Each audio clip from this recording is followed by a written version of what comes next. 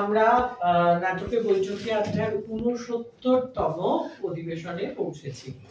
আমাদের খুব শিগগিরই, সম্ভবত আমাদের যদি ঠিকঠাক করে সবকটা হয়, ৫ই ডিসেম্বর আমাদের ৭৫তম অধিবেশন হবে এবং ৭৫তম অধিবেশনে সেকেন্ড ইয়ারের যে পরীক্ষাটা, নাট্য অভিনয় প্রদর্শন ও নির্দেশনা শৈলীর যেটা পরীক্ষা, সেই পরীক্ষাটা হবে।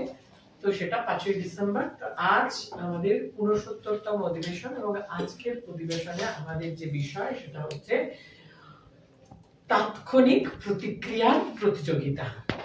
আমাদের যে সারা বছর ছোটদের কর্মশালা তো হয়েই থাকে এবং সাথে সাথে বড়দের যে থিয়েটার ক্লাসেস হয়, সেই ক্লাসের ভিত্তিতে জানুয়ারি মাস থেকে যে ক্লাসেস শুরু হয়, সেখান থেকে এই জুলাই আগস্ট মাসে এসে পরীক্ষাগুলো পড়ে। আমাদের প্রথম যে প্র্যাকটিক্যাল পরীক্ষা সেটা হয়ে গেছে, এটা আজকে দ্বিতীয় প্র্যাকটিক্যাল পরীক্ষা বলা যেতে পারে। তো যাই হোক, তবে আমাদের যেহেতু ছোটরা সবাই আছে, এটা একটা কম্পিটিশনের মতো করে আমরা হেলদি ফ্রেন্ডলি একটা কম্পিটিশনের মতো রেখেছি। ছোটরা যারা সবাই রয়েছে তারা ছোটদের সেকশনে হচ্ছে, তো ছোটদের থেকে একটা প্রাইজ হবে। ফার্স্ট ইয়ার আর সেকেন্ড ইয়ার তাদের থেকে আলাদা প্রাইজ হবে, কিন্তু নিয়মাবলী গুলো একটু অন্যরকম হবে। ফার্স্ট ইয়ারের টেস্টটা অনেক সহজ আর সেকেন্ড ইয়ারের টেস্টটা একটু ডিফিকাল্ট। ফার্স্ট ইয়ারের একটা টপিক বলে দেওয়া হয়েছে, সেটা হচ্ছে আত্ম উপলব্ধি, যা তোমরা বাড়ি থেকে তৈরি করে এনেছো। এখানে তোমাদের ভাববার সময় নেই, জাস্ট ৩ থেকে ৫ মিনিটের মধ্যে তুমি তোমার পারফরমেন্স সময়ের সাথে সাথে দেখাবে। স্টপ করলে আমার মোবাইলটা নিয়ে না, সময়টার মধ্যে শেষ করতে হবে। তো সর্বাধিক ৫ মিনিটের মধ্যে, তো ৪ মিনিটে একটা বেল ওখান থেকে আসবে, তার মানেই তুমি পারফরমেন্স শেষ করতে পারো যে এরকম নয়। ৪ মিনিটে একটা হবে, ৪.৫ মিনিটে একটা হবে এবং ৫ মিনিটের পর আমরা আর তোমার পারফরমেন্স কন্টিনিউ করতে পারবো না। সো এই ওয়ার্নিংটা এই কারণে যে তুমি সময়ের মধ্যে তোমার টেক্সটটা শেষ করতে পারো আত্ম উপলব্ধি থেকে। যেহেতু বাড়ি থেকে তৈরি করে আনছো, ফলে এইটাই একটু বেশি হয় সাধারণত, কিন্তু আমরা চাইবো ৩ থেকে ৪-এর মধ্যে করলেই বেটার হয়। বাট এটার মধ্যে যেন একটা মেসেজ থাকে, তোমার পারফরমেন্স থাকে। এটা প্রথম বর্ষে যারা যারা আছো, মানে ছোটরা এবং প্রথম বর্ষে, তারা সবাই আত্ম উপলব্ধি নিয়ে পারফরমেন্স প্রথমে আমরা দেখে নেব। আর দ্বিতীয় বর্ষে যারা রয়েছে তারা তাদের হচ্ছে টপিক ধূসর মানব, সেটা তারপর তাদের দেখব। তারপরে সেকেন্ড রাউন্ডে আমরা প্রথম যারা ছিল তারা একটা জাজেস চয়েস করবে। জাজেস দুজন জাজেস আমাদের সাথে আছে এবং এবার আমাদের সাথে নবীন জাজেসরা রয়েছে, প্রীতম সাহা, দীপভূমি, ওদের জন্য একটা হাততালি। তো তাদেরকে তোমরা চুজ করবে, যে কোনো চুজ করতে পারো। সাপোজ আমি প্রীতমকে চুজ করলাম, তো প্রীতম তখন আমাকে একটা টপিক দিল এবং সেই টপিকটা আমি 2 মিনিট ভাববো, ভাববার সময়, এবং সঙ্গে সঙ্গে 3 মিনিট পারফরমেন্সের সময়। ঠিক আছে, এটাই ইনস্ট্যান্ট। এখানেই আসল পরীক্ষাটা হচ্ছে, বাড়ি থেকে পড়ানোটা পরীক্ষা নয়। আর সেকেন্ড ইয়ারের ক্ষেত্রে একটা প্রপসের থালা দেওয়া হবে, তুমি তোমার পছন্দের মতো একটা প্রপস নেবে, 2 মিনিট ভাববে, 3 মিনিটে তুমি পারফরমেন্স করবে। ঠিক আছে, তো আজকে আমরা প্রথম কন্টেস্ট্যান্ট হিসেবে ডেকে নিচ্ছি, সবাই না বলে আমার এসো, কমান। বাবা, ফাইনালি পরীক্ষাটা এবার শেষ হলো। ভালো লাগে না, সারা বছরই পরীক্ষা থাকে। কি যে করি বাবা, অঙ্কতে যা মানে প্রশ্ন এসেছিল না, বলার মতন না। উফ, ভালোই ভালোই কাটিয়ে দিয়েছি, ঠাকুরকে বাঁচাতে বলতে হবে। উফ, দেখো এবার পরীক্ষার খাতা যেদিন দেখাবে বাবা, সেদিন পর্যন্ত রাতেও ঘুম হবে না, ভালো লাগে না। উফ, আপাতত এখন আমি একটা আঁকা আঁকি। কোন আঁকাটা আঁকা যায়? এইটা আঁকবো, এইটা, হ্যাঁ এইটা বেশ ভালো। কিন্তু আঁকছি তো আঁকছি, মন থেকে তো পরীক্ষার চিন্তাটা যাচ্ছেই না, ভালো হচ্ছে না আঁকাটা। কি যে করি, আঁকি কি করবো, হচ্ছে না, দেখ মনের মতন হচ্ছেই না আঁকাটা, ভাল লাগে না। কি করা যায়, কি করা যায়, কি করা যায়? দেখি গল্পের বই পড়ি, সেটাই বলো ভালো। বাহ, কি সুন্দর, মজা লাগছে হেবি গল্পটা পড়ে। কি পথ থেকে হারিয়ে গেল, আবার চলে এলো। কিন্তু আমি যে কি করি পরীক্ষা থেকে, ভালো লাগছে না। মা আবার ভেতাবে পরীক্ষার খাতাটা বেরোলেই। করি, মা শুনতে পেলো না তো কথাটা, তাহলে আরো বাবা থাক। জয় ঠাকুর, কি করি দেখি। না না, ভালো লাগছে না, কি করবো। ঠাকুর বাঁচিয়ে দাও, ঠাকুর এই যাত্রায় বাঁচিয়ে দাও। ঠাকুর কত তো খাটনি খেটেছি, শুনেছি কেষ্ট হলে মানে ফল পাওয়া যায় আর কি, কষ্ট করলে কেষ্ট পাওয়া যায়। কিন্তু এত কষ্ট করলাম, তাও কি যে হবে। 50-এ পরীক্ষা ছিল, আমাদের 5টা ছাড়া আর কমন পাইনি তো, কি যে হবে। কালকেই আবার খাতাটা দেখাবে, কি করা যায়। যাক বাবা, কি করি কি করি। এ কি, মা ডাকছে। হ্যাঁ মা বলো, পরীক্ষা কেমন দিলি? ভালো হয়েছে, কেমন আবার দেবো বলো। বাবা রাতে এলে কি যে বলবো বাবাকে। আবার ডাকছো কেন তুমি, কি হয়েছে? উফ বাবা, কি হয়েছে নাকি? হ্যাঁ হ্যাঁ, পরীক্ষা ভালো দিয়েছি, খুব ভালো দিয়েছি। খাতাটা এখন দেরি আছে দেখাতে। দেখি প্রশ্নপত্রটাই দেখি।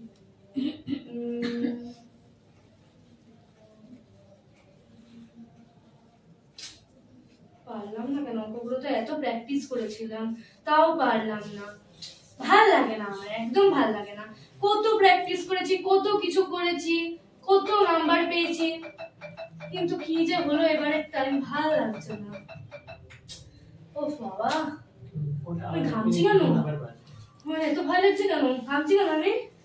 না না, ভালো হবে ভালো হবে, খারাপ হবে না, খুব ভালো হবে। এটাই ভাবতে হবে কি করা যায়। কালকে যে কখন হবে না, ভালো লাগছে না। উফ, আপাতত সকালটা হয়েছে, এবার যাই স্কুলে। আসবো ম্যাম? চলে তো এলাম, বসি এবার। কি করবো, খাতাটা দিই। মা, খাতা তো পেয়ে গেলাম, কিন্তু 50-এ মাত্র 10 পেয়েছি। জানতাম জানতাম এটাই হবে, আমি জানতাম আমার কপালে এটাই লেখা থাকবে। বাড়ি নিয়ে যাই, কি করবো আর, ভালো লাগে না।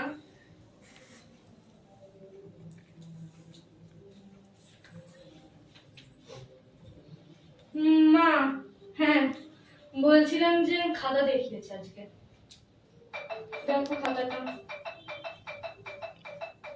আর 1 মিনিট বাকি আছে। মা, কেমন, ভালো পেয়েছি? পরের বার ভালো করবো, এখন ভালো হয়নি জানি না, পরের বার ভালো করবো, ছেড়ে দাও। আর বাবাকে কিছু বলো না প্লিজ, পরের বার ভালো করে দেবো, কিছু হবে না মা, ছেড়ে দাও এবার। ও মা, মা ছেড়ে দাও না, পরের বার ভালো করে করবো। একবার হয়নি তো কি হয়েছে, পড়াশোনা তো সারা জীবন থাকে। কি হয়ে যাও মা, ছেড়ে দাও না, ভালো লাগে না, সবসময় এরকম করো তুমি। এক পারিনি তো কি হয়েছে তাই, সবাই কি আর পারে এক? সবাই পারলে কি আর মানুষের আলাদা আলাদা করে ভাগ হতো? বাবা গেল আপাতত, এবার পরের বারের জন্য তৈরি হই।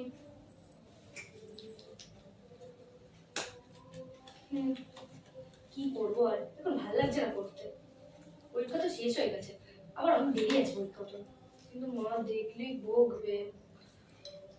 পড়ি, ভালো লাগছে না।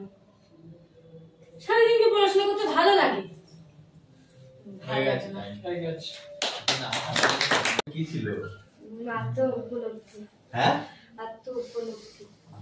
মানে মানেটা বুঝতে পেরেছিস? হ্যাঁ, ওইখান থেকে যদি এটা আনতিস যে না ভাই আসছে বছরের জন্য তাহলে এখন থেকে পড়ি, তাহলে ওটা একটা আত্ম উপলব্ধির জায়গায় যে সব ঠিক ছিল, মানে টপিকটা সুন্দর হ্যাঁ, খালি ছিল আত্ম উপলব্ধিটাই খালি করে। শেষ মেসেজটা হলো না যে না এখন আর খেলবো না, এই পরীক্ষাটা খারাপ হয়েছে, আসছে পরীক্ষার জন্য আমি এখন থেকে ভালো করে অঙ্ক করি।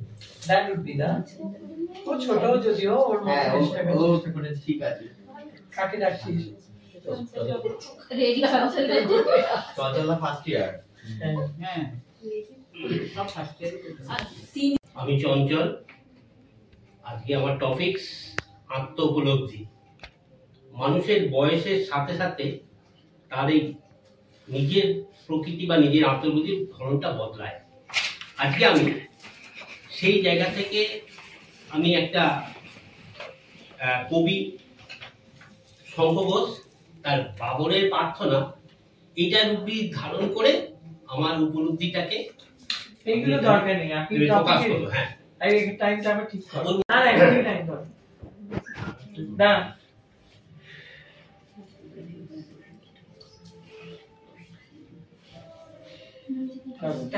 হুম।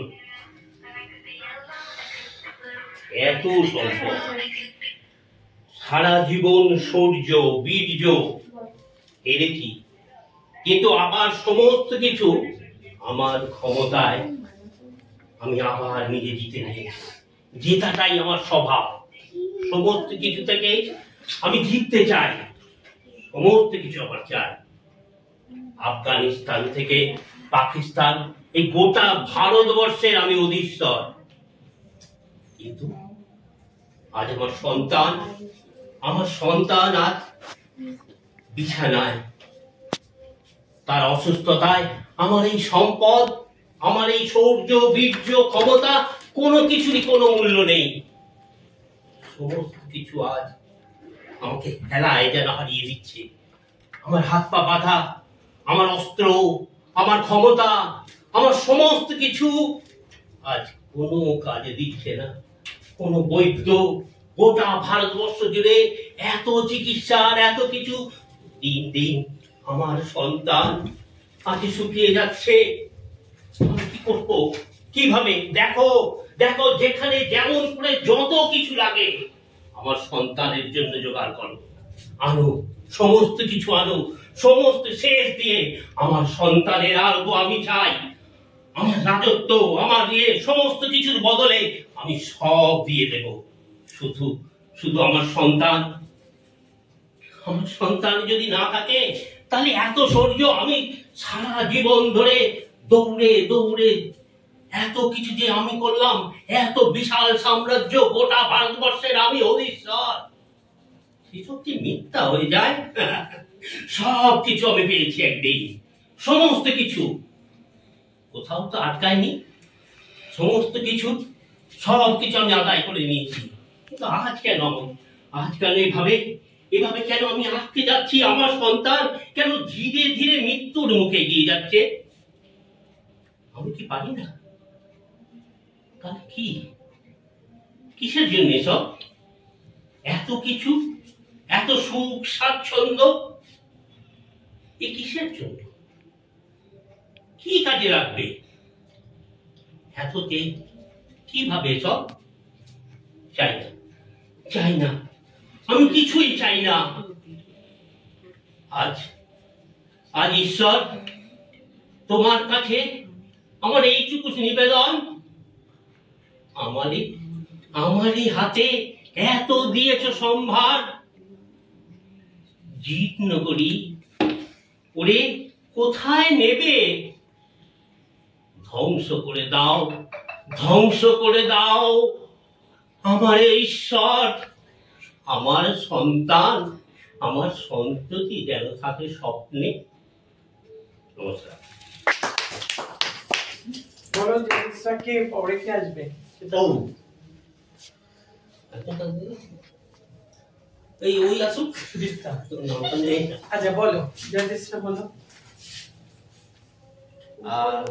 তুই বলা কি? উপলব্ধি হলো কিন্তু বাবরের হলো, কিন্তু আত্ম হলো না।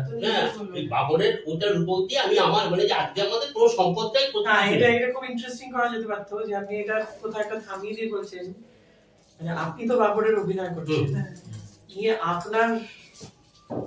আপনার সাথে কোথাও হলো না, বাবরের উপলব্ধি হলো না, আমি আত্ম হলো না। সেই জন্য আমি বললাম যে এই যে আমাদের সম্পদ, আমি সব বুঝতে পেরেছি, হ্যাঁ। বাবরের কথা সব বুঝতে পেরেছি, আচ্ছা। বাবরের খুব সুন্দর করেছেন, হ্যাঁ, নিজে কিন্তু সেটাকে তো আত্মতে আনতে হতো।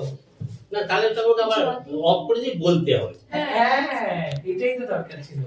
যে তুমি বাবরের ওটা থেকে তুমি কি উপলব্ধি করলে? না আমি ওই যে রূপকটা বলতে চাইছি যে হ্যাঁ সেটা বলে হ্যাঁ তাহলে অফ করে দিয়ে ওটা আবার বলতে হতো যে ওই রকম সম্রাট যদি তার যদি এই অবস্থা তাহলে আজকে আমি কেন দৌড়েছি। মা এটাও বলতে পারতে যে ধুর আমার বাবরেরটা হচ্ছে না, কেন হচ্ছে না, তাহলে আমার সন্তান আমার ছেলে মেয়ে এটা ওই নিজেরটাতে আনতে হতো। বুঝতে পেরেছো সকলে? আত্মকথাটার উপর কিন্তু জোর আছে, উপলব্ধির উপরে নয়। আমি তো বুঝেছি কিন্তু ওটাকে আমাকে বলে দিতে হবে। সরি পরে বলছি। না ঠিক আছে। চলো বসো। সুদীপ্তা এটা বসো না। জানি না বলো টপস কি ইউজ করা যাবে? পুরো ব্যাপার বল, ভালো কিছু করলেই হতো। কি জানি কি হয় দাঁড়াবে ওটা। রেডি? ওটা বুঝি না।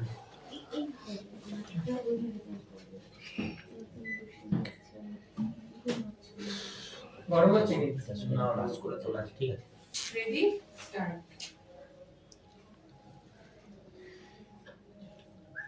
হ্যালো, কি করছো?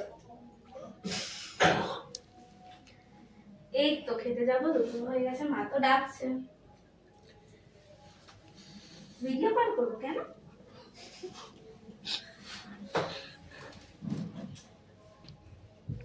আচ্ছা ঠিক আছে।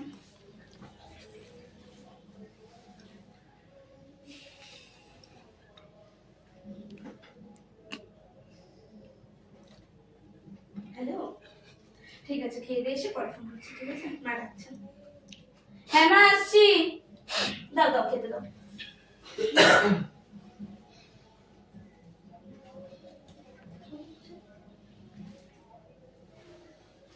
আমার মা ফোনটা কাটে না।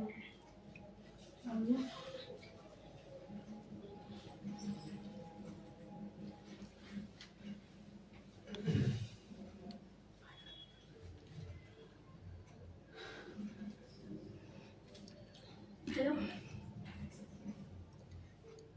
এই ছবিগুলো তুমি কেন আমাকে দিচ্ছ? এগুলো আমার মা দেখতে পারলে খুব কষ্ট পাবে। না না না না, এমন করো না, তুমি এমন করো না। কেটে দিলাম। এখন কি করবো আমি?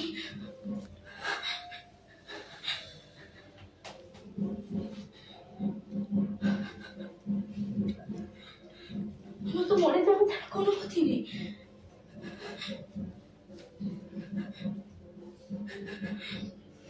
না না, কি করবো আমি?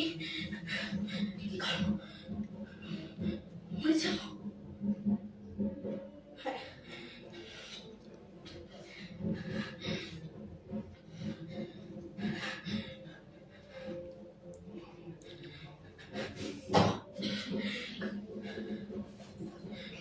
না না, আমি মরে গেলে আমার মার কি হবে? আমি ছাড়া আমার মায়ের আর কেউ নেই। ছবিগুলো দেখলে মা ঠিকই কষ্ট পাবে, কিন্তু আমাকে হারাবে না। না, আমি নিজের জীবন কিছুতেই এইভাবে শেষ করতে পারি না। না না না না না না।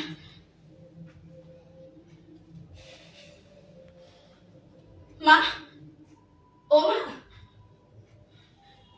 দেখো না, বলছি যে আমি না একটা ভুল করে ফেলেছি মা, সত্যি বলছি। আমি জানি তুমি জানলে খুব কষ্ট পাবে, কিন্তু ক্ষমা করে দিও মা, আর কোনোদিন এই ভুল পাবে না। ক্ষমা করে দিও। কি আসবে আগে বল,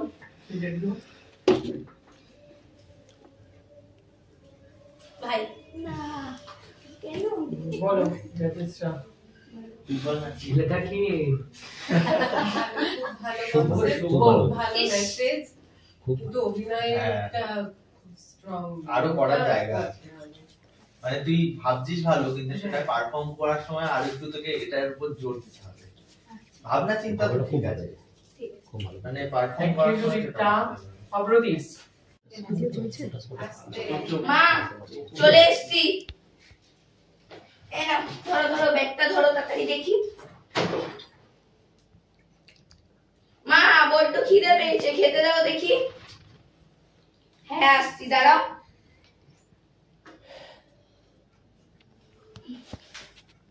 দাও দেখি।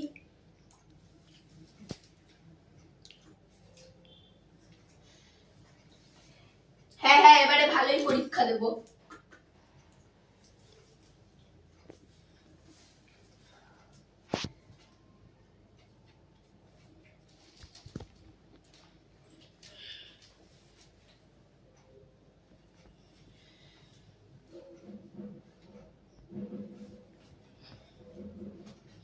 মা এখন যেন আমার কিরকম চোখেটা ব্যথা করছে। বাবা এলে, বিকেলে বাবা এলে বলবো যে বাবাকে হসপিটালে নিয়ে যেতে, ঠিক আছে? না এখন আর যাবো না, পরে যাবো একবারে বাবার সঙ্গে। এখন আমাকে খেলতে দাও তো।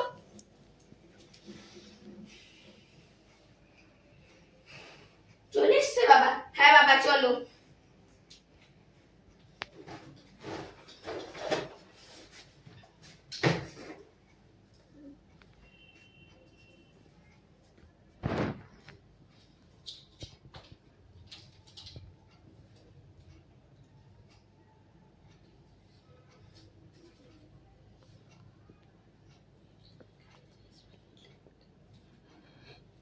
তখন যদি আমি পড়তে না বসে গেম না খেলে পড়তে বসতাম, তাহলে এখন আমাকে চোখে চশমা নিতে হতো না। এবার থেকে আমি মন দিয়ে পড়াশোনা করবো।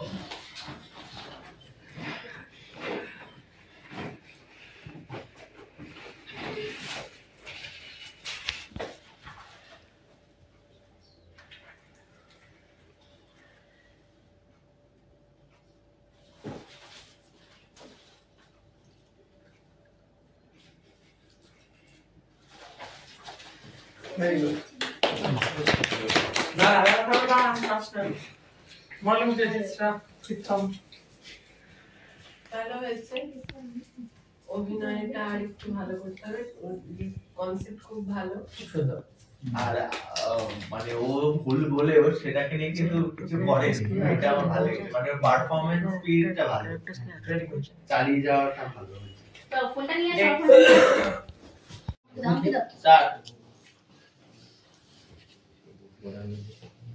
আমি সেবিকা। আজকে মনটা ভীষণ ভারাক্রান্ত হয়ে আছে আমার। সামনে পুজো, সেই ছোটবেলাকার কথাটা মনে পড়ছে। মায়ের সাথে গিয়ে প্যান্ডেলে যখন ঢুকতাম, সেই দুর্গা মন্ত্র উচ্চারণ শুনতাম, কি সুন্দর সেই দিনগুলো ছিল। কিন্তু আজকে আমার ঠিকানা রেড লাইট এলাকায়। আমাদের গ্রামে মেয়েরা যখন ঋতুমতী হয় তখন তাদের বিয়ের ব্যবস্থা করা হয়। আমারও বিয়ে হয়েছিল, কিন্তু সেই বিয়েটা ছিল সাজানো, নকল বিয়ে। আমরা ছিলাম খুব গরিব। বাবা একটা বুড়ো শকুনের টাকার লোভে আমাকে বিয়ে দিয়ে দিয়েছিল। বিয়ে পরীক্ষা দিয়েছিলাম, রেজাল্ট ভালোই ছিল, দেখতে সুন্দর ছিলাম, চুল ছিল, কিন্তু বিয়ে হয়ে গেল।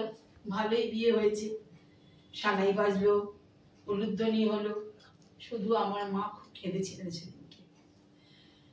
বিয়ের পরে উনি যে আমাকে নিয়ে তুললেন একটা ক্রস কোয়ার্টারে। ওনার আমার মতো একটি মেয়েও ছিল। সেই দিনের অভিজ্ঞতা এখন আমি ভুলতে পারি না। সেই রাত ছিল ভীষণ ভয়ঙ্কর। সেখানে আমাকে নিয়ে গিয়ে প্রচন্ড লাঞ্ছনা গঞ্জনা সহ্য করতে হয়েছে। এমনকি সেখানে নগ্ন অবস্থায় আমাকে ডেমনস্ট্রেশনও দিতে হয়েছে। সেটা ছিল আমার কাছে ভীষণ বিভীষিকাময় রাত। তারপরে দিনের পর দিন চলতে লাগলো আমার উপর এই অকথ্য অত্যাচার, যেটা আমি কখনো মেনে নিতে পারিনি। চোখে ছিল স্বপ্ন আলাদা, কোথায় আমি এসে পড়লাম আজকে। তারপরে হাত ফের হলো, একজন দালালের কাছ থেকে আমাকে নিয়ে চলে যাওয়া হলো, মাসির কাছে বিক্রি করে দেওয়া হলো। যত দিন যায় সেই বিভীষিকা রাত আমার কাছে অসহ্য হয়ে ওঠে। মার ধর গালিগালাজ যা আমার কাছে অসহনীয় হয়ে যায়। সেই রাজকন্যা আজকে এই এদো গলিতে জায়গা পেয়েছে। সেই রাজকন্যার এই দুর্বস্থা।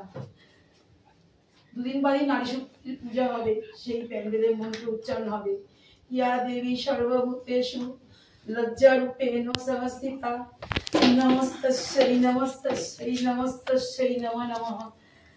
কিন্তু আজ আমরা কোথায়? তবু এই সমস্ত কাটিয়ে আমরা এখন আর সেই অন্ধকার বিভীষিকাময় রাত কাটাবার চেষ্টা করছি। আমরা গত বেঁচে খাই, আমরা শ্রমিক, এই সমস্ত স্লোগানকে নির্ভর করে এখন পুলিশ, দালাল, তারপরে মস্তানদের এখন আমরা অনেকটা থামাতে পেরেছি। এখন আমাদের মেয়েরা অনেকটা এগিয়ে গেছে। এখন তারা এই সমস্ত জিনিস করতে দেয় না। তারা এখন শিক্ষার আলোয় আলোকিত হয়েছে। আমাদের ছেলেমেয়েরা এখন স্কুলে পড়ছে, তারা নারী পাচার এই সমস্ত রুখে দাঁড়িয়েছে।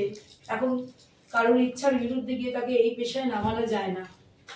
জানি না এই নদীর স্রোত কবে, অন্ধকার নদীর স্রোত কবে শেষ হবে এবং আমরা কবে আবার এই আশার আলো দেখতে পারবো। একা নয়, আজ আমরা সবাই মিলে হাতে হাত ধরে এগিয়ে যাচ্ছি, যাতে এই অন্ধকার জগৎ থেকে আমরা আলোর জগতে এগিয়ে যেতে পারি। আমরা করব জয়, এই মন্ত্র নিয়েছি।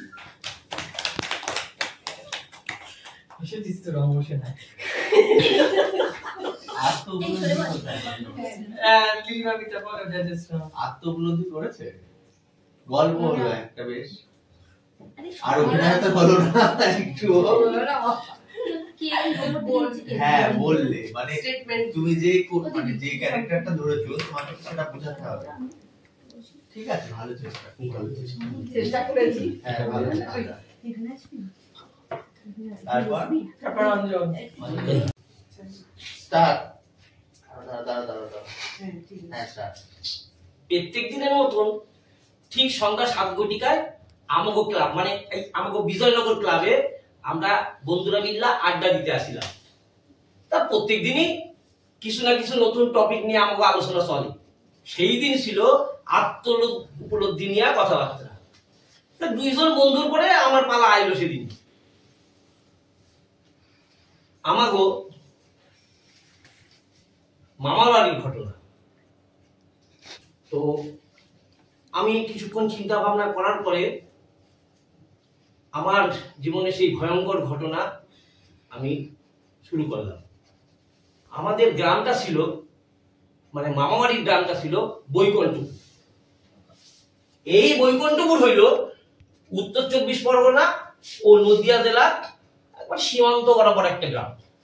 আমার মামাবাড়ি ছিল বেশ জমজমাট, বিশাল মামাবাড়ি, সঙ্গে বাগান, পুকুর, মন্দির সব ছিল।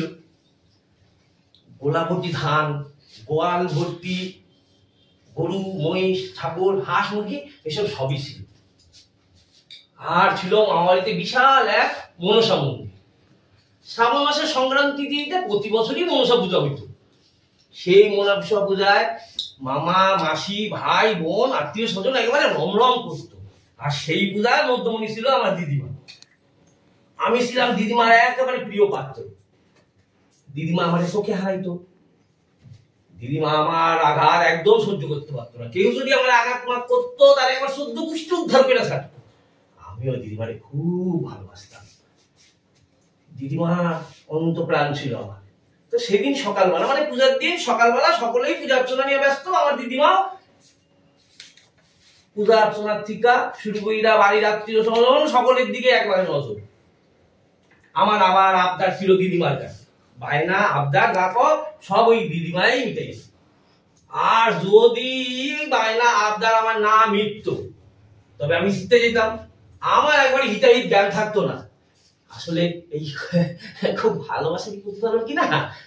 তো এই পূজার দিন বিকালবেলা অনেক রকমের জিনিসপত্র হইতো খাবার দাবারে। দিদিমা মালপোয়া আর তালের বড়া ভাতে আসিল। তো পাশ থেকে আমার লালু কইলো এই তারপর কি হইলো? হরেন কইলো খুব আনন্দ হইতো না? হ্যাঁ, হরেনের প্রশ্নের উত্তরে আমি কইলাম খুব আনন্দ হইতো। আনন্দ হইতো, মজা হইতো, খাওয়ন দাওয়ান আছে মানে এলাহি ব্যাপার। আর লালুর কথার উত্তরে কইলাম তারপর আমি তো যথারীতি আমার দিদিমার কাছে গিয়া বায়না ধরলাম মালপো খাবো। তো দিদিমা বললো এখন একটা মালকো ধরবি না, একেবারে মালকো খাবি যখন সব ভাজা হইব তারপরে তুই পাবি। তো আমি আসল বান্দা, আমি কিছুতে ছাড়ব না, আমার বান্দা না দ্বিতীয় হবে দ্বিতীয় হবে। দিদিমার সেই একই কথা, না এখন পাবি না, একেবারে ভাজা হইব তারপরে খাবি। আমার আরো সেই বিচারিক জ্ঞান থাকলো না, আমার কি সে ভূতে চাইবো বললো।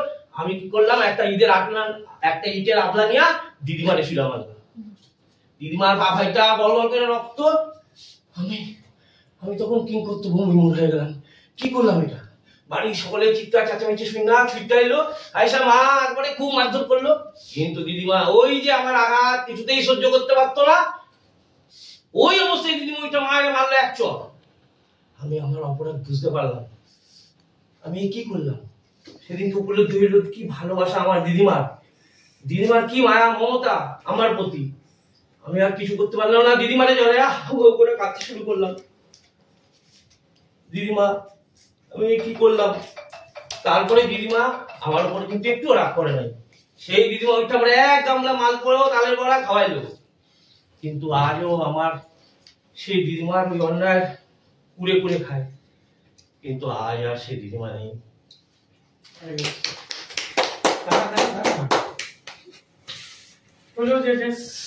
হ্যাঁ ভালো হয়েছে। মানে আর একটা জিনিস, ওই তোমার চোখটা বড্ড মানে পারফরমেন্স বক্তব্য ঠিক আছে, ওই নিচের দিকে তাকিয়ে আছো, ওইটা খালি বাদ দিলেই ঠিক হয়। মানে একটু দর্শকের দিকে তাকালে একটু অসুবিধা হয়, না হলে তুমি ওদের মাথার উপর দিয়ে আই লেভেলটা রাখতে পারো, যেটা তোমার সুবিধা। মানে নিচে তাকালে বারবার পারফরমেন্সটা পড়ে যায়, ওটা একটু পরে মাথায় সবাইকে বললাম। কি করবে না, কি করবো এখন।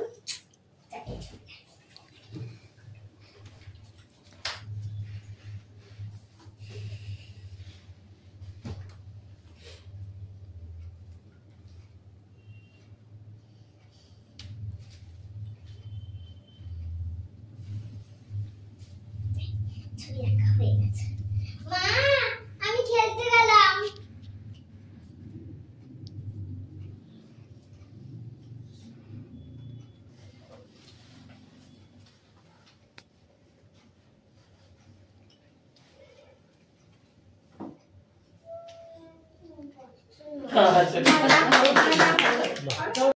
আমার টপিক হচ্ছে আত্ম উপলব্ধি। জান মানে আপনি হচ্ছে ছদ্মবেশ করে কেন হচ্ছে শহরে ঘুরে বেড়াচ্ছেন বুঝতে পারি না। কারণ কি হয়েছে, আমি কি কিছু ভুল কাজ করেছি? না জান পানা, যদি আপনি ছদ্মবেশ করে যান তাহলে কেউ আপনার থেকে কিছু চুরি করে দিতে পারে, দেখে খুনও করতে পারে। কেন আমার ছদ্মবেশ করে তো কেউ তো খুন করতে পারে না, কিন্তু আমাকে চিনতেই পারবে না। আদার দেখবেন যে একদিন কেউ তোমার থেকে একটা জিনিস চুরি করে দেখবে, আপনি দেখবেন। আদার চলে যান বাজারে ঘুরতে ঘুরতে, সে দেখেন যে কেউ হচ্ছে পিছু নিচ্ছে। কি পিছু নিচ্ছে? আমি এই গাছে গিয়ে লুকাই। সে গাছে ঢুকে দাঁড়িয়ে পড়লো, সে দেখলো যে লোকটা দাঁড়িয়ে পড়লো, কি জানে কি দেখছে। রাজা তার কাছে যায় আর বলে, আচ্ছা তুমি কে? আমার নাম, আমি হচ্ছে ঘুরে বেড়ার লোক। আমি হচ্ছে সব জায়গায়, তোমার কাজ কি? আমি সব জায়গায় ঘুরে বেড়াই। আর তুমি জানো আমি কে? আমি হচ্ছি জন পানা, এরকম আন্টি। আর তোমাকে দেখেই যাবো যে আমি হচ্ছে জন পানা। লোকটা হচ্ছে আংটিটা দেখে সে হচ্ছে আংটিকে লুকিয়ে দিল, আসে দৌড়াতে শুরু করলো। রাজা বললো, চোর চোর ধরো ওকে, একদম ওকে ছেড়ো না। লোকরা ওকে ধরে, লোকটাকে ধরে বললো, লোকটা বললো, তুমি জানো না আমি কে? আমি জানবা না, দেখো এই আংটিটা দেখে তোমার বুঝতে পারছি আমি জানবা না। অন্য লোকরা বললো, মাফ করো জানবা না, আমি হচ্ছে আমরা ভুল করেছি। আমরা হচ্ছে কোন একটা এই পাগল লোকের কোন একটা কথা শুনেছি। তখন জানবানা ভাবলো যে সে হচ্ছে খুব অসুবিধা পড়ে গেছে, তো সে হচ্ছে তার নিজের বাড়ি ফিরে গিয়ে হচ্ছে খুব অসুবিধা ছিল, ভাবছে কি করবো। তখন সে দেখেছে যে টেবিলের উপরে আছে কিছু গামছা একটা দিকে আটকানো আছে। সেটা খুলে দেখলো যে সেখানে হচ্ছে তার আংটি আছে, আর সেখানে একটা কাগজ লেখা ছিল। সেই কাগজটা পরে দেখলো টিভি পরে লিখেছে যে সে হচ্ছে চুরি করেছে। আর সে বলতে চাইছিল যে এটাই হয়ে যখন হচ্ছে আপনি হচ্ছে কোনো সৈন্য রাখেন আমার সাথে যে আপনাকে রক্ষা করতে, তখন আকবর হচ্ছে এসে বললো বীরবল ওই হতচ্ছাড়া, কিন্তু আমি নিজের শিক্ষাটা বুঝতে পেরেছি যে হচ্ছে কোনো অচেনা লোকের সাথে কথা বলতে আর নইলে হচ্ছে ছদ্মবেশ করে হচ্ছে ঘুরতে না। বলো রেজিস্ট্রার। আচ্ছা কিছু বলার নেই, খুব সুন্দর হয়েছে, ও খুব আপ্রাণ চেষ্টা করেছে। মানে ও জানতো বলতে না চাইছিল, তো। আমি বুঝতে পারিনি আর একটুখানি ও clear বলছে করবো। যে আকবর যখন হ্যাঁ। ছদ্মবেশ করে গেছিল আংটিটা দেখিয়েছে তো কেউ একজন আংটিটা চুরি করে নিয়ে গিয়ে সেই যা সে বলতে চেয়েছিল আনসিটা। তখন বীরবল অ্যাকচুয়ালি এর প্ল্যানটা ছিল, সে আবার চিরকুট দিয়ে চিঠিটা আংটিটা দিয়ে গেছে এবং তখন বলছে যে আপনি যখন কোন ছদ্মবেশে যাবেন অচেনা মানুষের কাছ থেকে সাবধানে থাকবেন। এইটা হচ্ছে মোরাল অফ দ্য স্টোরি। ভালো হয়েছে।